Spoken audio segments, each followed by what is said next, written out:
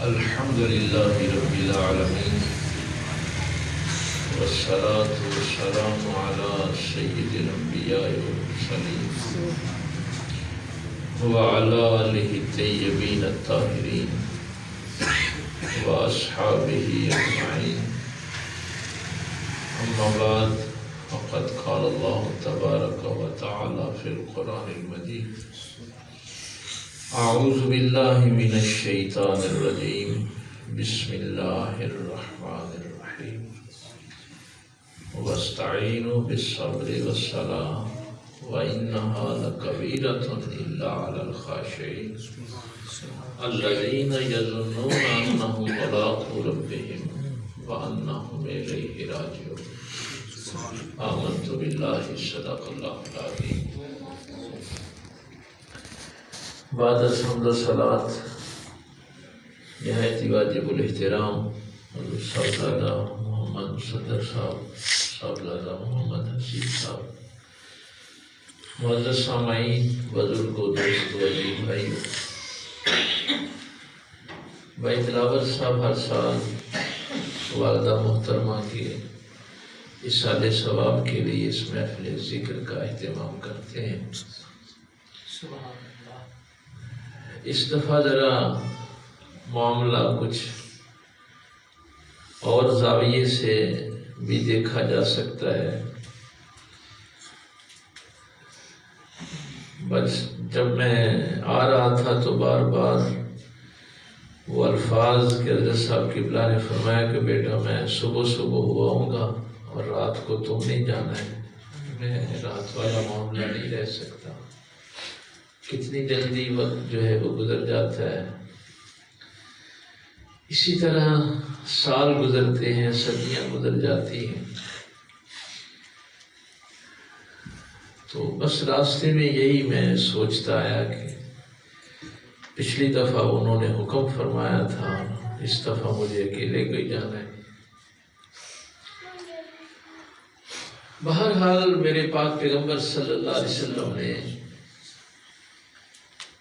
انسانی زندگی کا کوئی بھی معاملہ ہو اس میں ہماری رہنمائی فرمائی. اس غم اور اس جدائی کے معاملے میں جب میرے پاک پیغمبر صلی اللہ علیہ وسلم کا سب سے بڑا سہارا سرکار ابو طالب اس دنیا سے گئے تو نبی پاک نے اس پورے سال کو غم کا سال قرار دیا. غم و حزن کہا. سیدہ خدیجہ الکبریٰ کا وصال ہوا.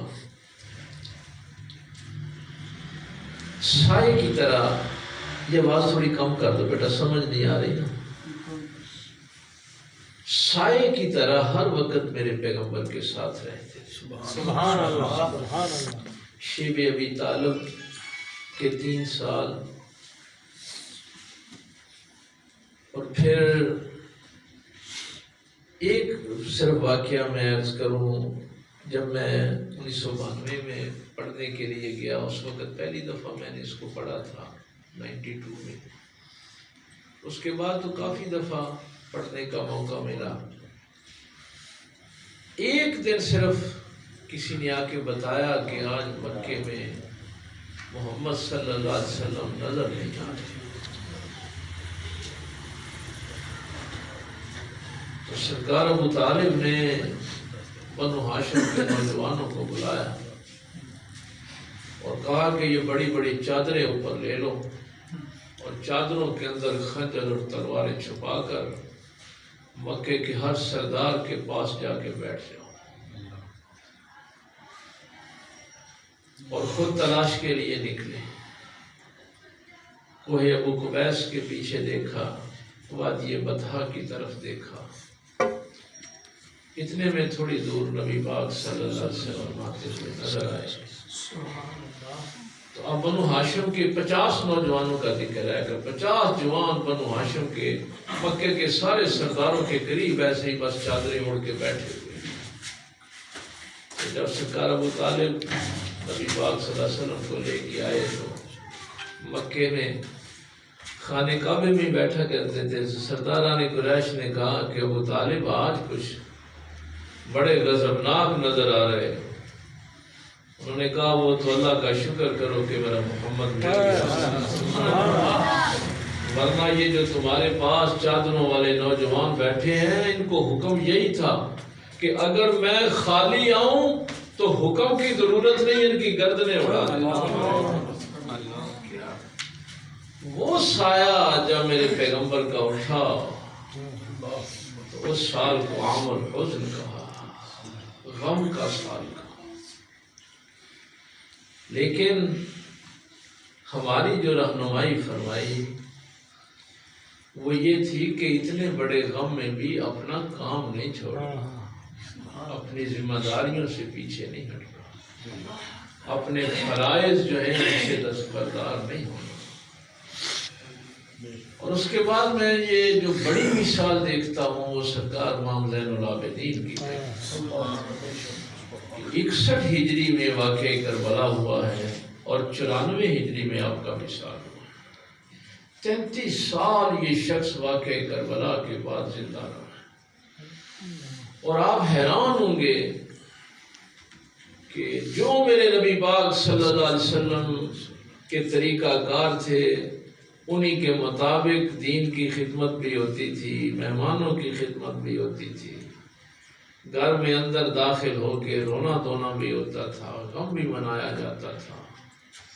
اور جن جن لوگوں کے پاس سرکار علی المرتضیٰ، امام حسین، امام حسن خود جا کے خدمت کیا کرتے تھے، امام زین العابدین نے وہ کام خود ہی کیا. وہاں غلاموں کو نہیں بھیجا کرتے تھے کہ یہ میرے باپ کے دوست ہیں، یہ میرے بڑے بھائی کے دوست ہیں. تو یہ کیفیتیں، یعنی 34 سال غم منایا ہے لیکن اپنا کام نہیں چھوڑا. یہ نہیں ہے کہ اب ہم کیا کریں گے اس دین کی خیر چھوڑیں جی، ہمارا تو بچا ہی کچھ نہیں ہے، ہم نے کیا کرا. تو اللہ کا شکر ہے یہ سہارا، یہ آسرا بھی حضرت صاحب قبلہ کی دعاؤں کے صدقے کہ الحمدللہ بندہ مرتا اس وقت ہے جب اس کا مشن مر جائے. حضرت صاحب خوش قسمت ہے اس حوالے سے، ان کا الحمدللہ مشن نہیں مرا. سبحان اللہ. مشن چونکہ زندہ ہے اس لیے وہ بھی زندہ ہے. باقی یہ غم کی جدائی کی تکلیف جو ہے یہ تو اپنی جگہ ہے. میں نے سورہ بقرہ سے یہ 2 آیات تلاوت کی. میرا اللہ فرماتا ہے کہ اس غم کا، تکلیف کا، دکھ کا مقابلہ 2 طریقوں سے کرنا ہے. اللہ سے مدد مانگنی ہے لیکن ذریعے 2 ہیں، ایک صبر ہے اور ایک نماز. یہ 2 طریقے ہیں اس غم کو کم کرنے کے لیے اور اللہ سے مدد مانگنے کے لیے. لیکن اگلا جملہ بڑا سخت ہے، وہ فرمایا وَإِنَّهَا لَكَبِيرَةٌ. نماز کو سوکھی شے نہیں ہے، مشکل کام. نماز بہت مشکل ہے،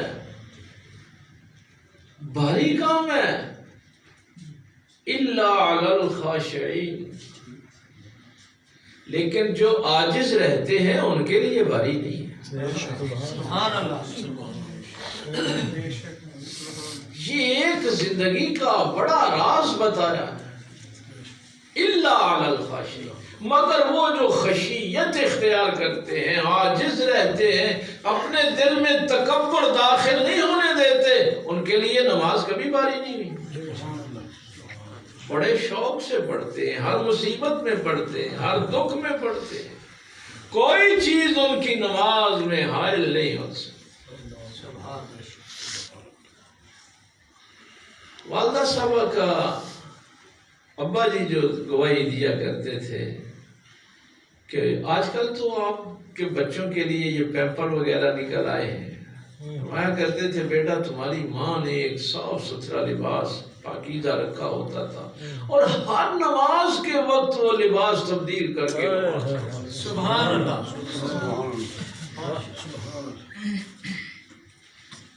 یہ کیفیت تھی۔ اور وہ تو عورت بڑی خوش قسمت ہوتی ہے نا جس کی گواہی اس کا خاوند ہے۔ سبحان اللہ، یہ تو کمال کی بات ہوتی ہے، اس پاکیزگی کا اہتمام کرنا۔ اللہ تعالیٰ نے یہ کوئی لمبی چوڑی بات نہیں کی۔ جب بھی کبھی نماز مشکل لگے نا، یہ ویسے قرآن کریم نے منافقوں کی بھی نشانی بیان کی ہے۔ ان المنافقین یخادعون اللہ وہو خادعهم۔ یہ منافقین جو ہیں یہ سمجھتے ہیں کہ ہم اللہ کو دھوکہ دے رہے ہیں، نہیں، وہ اپنے آپ کو دھوکہ دیتے ہیں۔ اچھا، اس دھوکے کے آگے ذکر دیکھیں کیا کیا۔ پہلے فرمایا کہ یہ منافقین سمجھتے ہیں کہ ہم اللہ کو دھوکہ دے رہے ہیں، حالانکہ یہ اپنے آپ کو ہی دھوکہ دے رہے ہیں۔ اذا قاموا الی الصلاۃ قاموا کسالی۔ اچھا، بڑی حیران کن یہ آیت ہے، اللہ بات دھوکے کی کر رہا ہے اور فرمایا یہ جب نماز میں کھڑے ہوتے ہیں تو سستی کے ساتھ کھڑے ہوتے ہیں۔ یعنی منافق کے لیے اگر وہ نماز پڑھتا بھی ہے تو بھاری سمجھ کے پڑھتا ہے، شوق سے نہیں پڑھتا۔ قاموا الی الصلاۃ قاموا کسالی، نماز کے لیے کھڑے ہوتے ہیں تو سستی کے ساتھ کھڑے، اور اللہ کا ذکر کرتے ہیں تو تھوڑا سا کر کے تھک جاتے ہیں۔ یراؤن الناس، وہ بھی صرف لوگوں کو دکھاوے۔ کون نوافل پڑھے بھائی، اتنے لمبا چوڑا ذکر کون کرے؟ تو اللہ فرماتا ہے کہ یہ جن کو نماز، نبی پاک صلی اللہ علیہ وسلم کی بھی یہ حدیث ہے، اور خصوصاً یہ عشاء اور فجر کی نمازیں جو ہیں، سرکار نے فرمایا یہ منافق کے لیے بڑی باری ہے۔ عشاء کی نماز اور فجر کی نماز یہ منافق کے لیے بھاری ہے، اور جو محبت سے پڑھتے ہیں وہ تو پھر آپ کو پتہ ہی ہے نا، وہ پھر فجر تو بڑی دور کی بات ہے، وہ تہجد کے وقت ہی سبحان اللہ، ان کے لیے نماز بھاری۔ لیکن قرآن کہتا ہے کہ شرط صرف ایک ہے کہ وہ عاجز لوگ ہوتے ہیں جن میں نماز بھاری نہیں ہے۔ قرآن کریم میں ابتدا میں کوئی لمبی چوڑی تو بات ہے نہیں یار۔ الذین یؤمنون بالغیب، غیب پر ایمان لاتے ہیں، ہر وقت اپنی عقل کے گھوڑے نہیں دوڑاتے رہتے کہ یہ بھی میری سمجھ میں آ جائے، یہ بھی میری سمجھ میں آ جائے، یہ بھی او بھائی تیری عقل اس قابل نہیں ہے کہ سب کچھ اس کی سمجھ میں آئے۔ تیری سمجھ میں تو ابھی تک یہ بات نہیں آ سکی کہ تو پیدا کیسے ہوا ہے۔ قرآن یہی کہتا ہے نا، اپنی تخلیق کی طرف ہی دیکھ لے۔ یہ میں نہیں کہہ رہا، یہ قرآن کا چیلنج ہے کہ ایک قطرہ آب کیسے گوشت میں تبدیل ہوتا ہے، پھر اس پہ کیسے اعضاء بنتے ہیں، کیسے اس میں عقل داخل ہوتی ہے۔ تو ساری زندگی اس پہ ہی غور و فکر کرتا رہے تو تجھے سمجھ نہیں آتا کہ تو پیدا کیسے ہوا ہے۔ بس ٹھیک ہے، اپنی حیثیت کے مطابق جتنی سمجھ آتی ہے آ جائے، باقی غیب پہ ایمان رکھ۔ جو اللہ نے فرمایا وہ بھی سچ ہے، جو اس کے رسول نے فرمایا وہ بھی سچ ہے۔ یہ ابتدا ہے۔ وَيُقِيمُونَ الصَّلَاةَ، غیب پر ایمان لانے والے نماز قائم کرتے ہیں۔ ہاں، یہ بڑھیا بات ہے جو قرآن بیان کرتا ہے۔ جو نماز نہیں پڑھتا یا جو نماز باری سمجھ کے پڑھتا ہے، قرآن کہتا ہے اصل میں اس کے دل میں کہیں کوئی تکبر موجود ہے۔ اگر عاجزی ہوتی تو نماز کبھی بھاری نہیں ہو سکتی۔ یہ تو سکون دیتی ہے۔ کربلا والوں سے پوچھو کہ سب کچھ ویران کر کے بھی جلتے ہوئے خیموں میں نماز ہی تو پڑھ رہے ہیں۔ سبحان اللہ۔ وَمِمَّا رَزَقْنَاهُمْ يُنْفِقُونَ، یہاں اللہ نے رزق کا ذکر نہیں کیا، یہ صرف مال و متاع کا ذکر نہیں کیا، جو کچھ اللہ نے دیا ہے، جو صلاحیت دی ہے اس میں سے خرچ کرتے ہیں۔ علم دیا ہے تو وہ خرچ کرتے ہیں، وقت دیا ہے تو وہ خرچ کرتے ہیں، مال دیا ہے تو وہ خرچ کرتے ہیں۔ اب یہ ذکر جو ہے یہ اہم بات ہے جو میں آپ عرض کرنے لگا ہوں۔ یہ ذکر جب تک روح میں جذب نہ ہو جائے اس وقت تک عبادت سکون نہیں دیتی۔ اصل میں اس لیے فرمایا ہے، اور یہ روح میں جذب اس وقت ہوتا ہے جب انسان عاجز ہو جاتا ہے، پھر کیفیت بنتی ہے، اس کے علاوہ کیفیت نہیں بنتی۔ تو تین ہی تو چیزیں ہیں، غیب پر ایمان رکھنا ہے، نماز قائم کرنی ہے، اور اللہ کے دیے ہوئے میں سے خرچ کرنا۔ اب میں صاحبزادہ سیف صاحب اکثر میرے ساتھ ہوتے ہیں، ڈوگر صاحب ان کو پتہ ہے، وہ میں اکثر لوگوں کو منع کر دیتا ہوں جب وہ تقریر میں کوئی پیسے وغیرہ پھینک رہے، میں کہ یار میری بات سنیں صرف۔ سبحان اللہ۔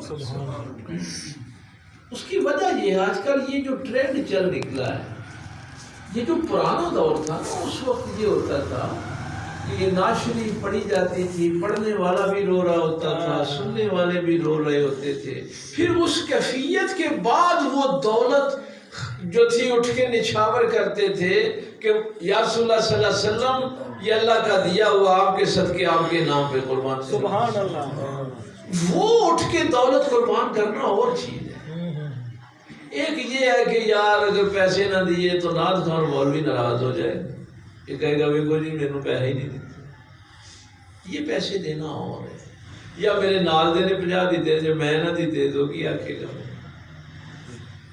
تو یہ خرچ کرنا اور ہے، کیفیت طاری ہونے کے بعد خرچ کرنا سبحان اللہ۔ وہ اور چیز ہے، جب تک روح میں ذکر جذب نہیں ہو جاتا۔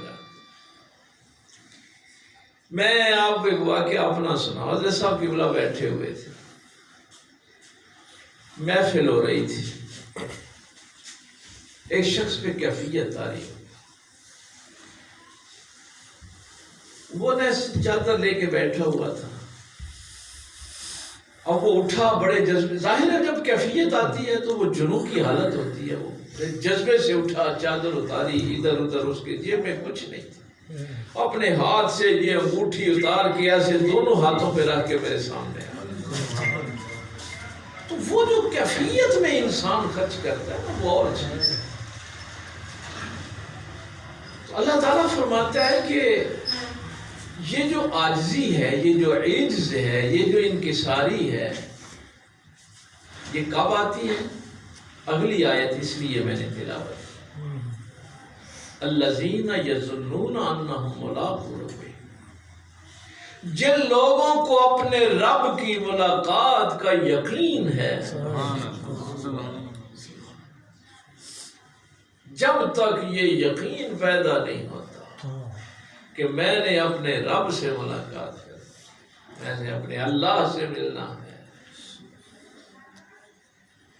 بھئی دیکھیے اس میں سب کچھ ہی بیان کر دیا گیا، الذین یظنون انہم ملاقو ربہم، سب کچھ اس میں آ گیا، لیکن اگلا جملہ پھر اس کو ہی دہرایا وَأَنَّهُمْ إِلَيْهِ رَاجِعُونَ، یقین ہو کہ میں نے پلٹ کے وہی جانا ہے۔ میں آپ کو پتہ خطبے کے بعد اکثر یہ جملہ کہتا ہوں، یہ جملہ میں ہر خطبے کے بعد کہتا ہوں، اسی اللہ نے ہمیں پیدا کیا، ہم نے پلٹ کر اسی کے حضور پیش ہونا ہے۔ یہ میرا اپنا جملہ نہیں ہے، یہ قرآن کریم کا جملہ ہے۔ تو اگر یہ ایک یقین انسان کے اندر آ جائے کہ میں نے اپنے رب سے ملاقات کرنی ہے، میں نے پلٹ کر اپنے اللہ ہی کے پاس جانا ہے، تو پھر اس کے اندر عاجزی بھی آ جائے گی، عاجزی آ جائے گی تو پھر نماز بھاری نہیں لگے گی۔ پھر اللہ کا حکم کبھی بھی اس کو بھاری نہیں لگے گا۔ یہ ساری معرفت کی بات ہوتی ہے، پہچان کی بات ہوتی ہے۔ میں نے اس دن 11 ربیع الاول کو بھی سرکار صاحب ربیہ رحمۃ اللہ تعالیٰ علیہ کے حوالے سے ایک دو بات عرض کی تھی۔ میرے سرکار صاحب ربیہ کا حلیہ پتہ ہے کس نے لکھا ہے؟ اصل میں ہم اپنے سلسلے کے بانی سے واقف نہیں ہیں۔ 22 سال خواجہ شمس الدین پانی پتی رحمۃ اللہ تعالیٰ علیہ خدمت میں رہے۔ یہ پہلے بابا فرید کے مرید تھے، ہاں، پھر بعد میں بابا جی نے حضور صاحب ربیہ کی خدمت کے لیے بھیجا۔ یہ بھی 22 سال میں کبھی بھی ایک دفعہ بھی حضور صاحب پاک کے سامنے نہیں آ سکے۔ جب بھی کوئی حکم فرماتے تھے تو یہ پیچھے سے پانی بھی پکڑانا ہوتا تھا تو کندھے کے اوپر سے، وہ جو درخت کی وہ پھل وغیرہ تھا وہ بھی کاندھے کے اوپر سے، سامنے تو کوئی چیز آ ہی نہیں سکتی تھی۔ جو کتابوں میں آپ کا حلیہ مبارک ملتا ہے وہ خواجہ نظام الدین اولیاء محبوب الہی نے لکھا ہے۔ صرف وہ ایک شخص ہے جس کی جرت تھی کہ جو سامر پاک کے سامنے بیٹھ کے گفتگو کرتا ہے۔ تو وہاں ایک بڑی پیاری بات، ہائے ہائے، کہ جب وہ مسجد والا معاملہ ہوا آپ نے حق وہ کہا تو آگ جو ہے وہ بھڑکنی شروع ہو گئی۔ شمس الدین پانی پتی رحمۃ اللہ تعالیٰ علیہ حاضر، حضور یہ تو آگ لگی، فرمایا میرا دامن پکڑ لیا، آج وہی بچے گا جو میرا دامن پکڑ لیا۔ لیکن یہاں اولیاء کرام نے، میں ان سے کہا تھا پیر میرے علی شاہ صاحب نے اس پہ بڑا کام کیا، یہ جملے بڑے کمال کے لکھے کہ 4 چیزیں اس آگ میں بچیں۔ ایک تو حضور صابر پاک کو آگ قریب نہیں آئی، ایک خواجہ شمس الدین پانی پتی رحمۃ اللہ تعالیٰ علیہ جنہوں نے دامن پکڑا ہوا تھا، اور ایک وہ درخت جس کو صابر بھیا نے پکڑا ہوا تھا۔ یہ دونوں چیزیں علیحدہ، وہ جو مرید اور مراد کا معاملہ ہے نا، ایک وہ ہے جو دامن پکڑتا ہے، وہ ہے جس کو وہ پکڑ لیتے ہیں، اور ایک وہ فاختہ حقوقی بچی تھی جو اس درخت کے اوپر آ کے بیٹھ گئی۔ تو یہاں سے اولیاء کرام نے جو کچھ لکھا ہے کہ صابر بیا سرکار کے در کا مزاج یہی ہے کہ جو ان کا دامن پکڑ لے وہ بھی بچ جاتا ہے، جس کو وہ پکڑ لے وہ بھی بچ جاتا ہے، اور جو ان کی محفل میں آ کے بیٹھ جائے وہ بھی بچ جاتا ہے۔ اس سے اولیاء کرام نے یہ نتیجہ حاصل کیا۔ تو یہ میں جو معرفت کی بات کر رہا تھا، معاملہ سارا معرفت کا ہے، پہچان کا ہے۔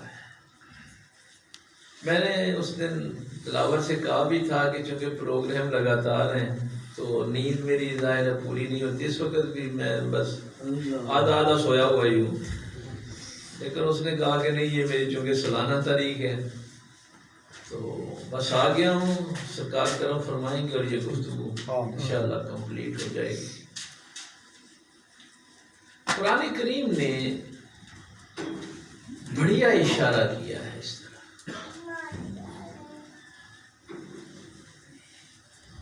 قرآن کہتا ہے کہ یہ جتنے بھی آپ کو فساد نظر آتے ہیں نا اس دنیا میں، ان کی بنیادی وجہ معرفت کی کمی ہے۔ معرفت نہیں ہوتی، پہچان نہیں ہوتی، اور ایمان بالغیب نہیں ہوتا۔ بھائی معرفت نہیں ہے تو کوئی بات نہیں، ضروری تو نہیں نا کہ مجھے اللہ کی ہر صفت کی پہچان ہو، یہ تو ہو ہی نہیں سکتا، لیکن میں پھر ایمان بالغیب تو رکھوں نا۔ مصیبت یہ ہے کہ ایک معرفت نہیں ہے، دوسرا ایمان بالغیب نہیں ہے، اور اس کا نتیجہ یہ ہوتا ہے کہ جھگڑنا شروع کر دیتے۔ اس کی قرآن کریم نے ایک بڑی مثال دی. وہ مثال میں آپ کو عرض کرتا ہوں. 25 منٹ ہو گئے ہیں ایسے ہی گفتگو شروع کیے ہوئے.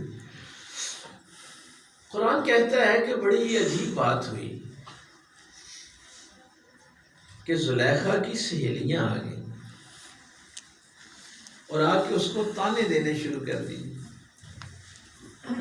کہنے لگیں کہ تجھے شرم نہیں آتی, اپنا سٹیٹس نہیں دیکھتی کہ تو کتنے بڑے گھرانے کی عورت ہے, کتنا بڑا تیرا خامد عہدے کا مالک ہے, اور تو اپنے ایک زر خرید غلام پہ فریفتہ ہو گئی, عاشق ہو گئی. کم از کم اپنا سٹیٹس تو دیکھ کہ تو اب غلاموں سے عشق کرے گی, غلاموں سے معاشقہ چلائے گی. ہائے ہائے ہائے, قرآن کریم نے بھی کیا نقشہ کھینچا ہے.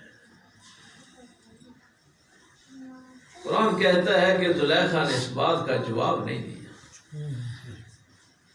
قرآن نے اس طرف بھی اشارہ کیا کہ جس کو معرفت ہے وہ ایسے ہی بے معرفتوں کے سامنے اس کو ضائع نہ کرتا. ہاں, یا تو کسی کی طلب ہونا تو پھر اس سے بات بھی کرے. اس نے اس بات کا کوئی جواب نہیں دیا, بس ان کو دعوت پہ بلایا. دعوت پہ بلایا اور ان کے ہاتھوں میں چھریاں کانٹے دیے اور پھل دیے کاٹنے کے لیے, اور جا کے یوسف علیہ السلام کا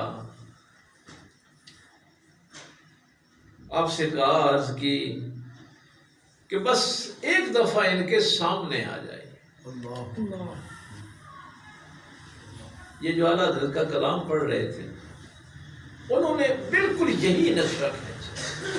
تیرے آگے یوں ہی تبے لچے فصحاء عرب کے بڑے بڑے, کوئی جانے منہ میں زبان نہیں,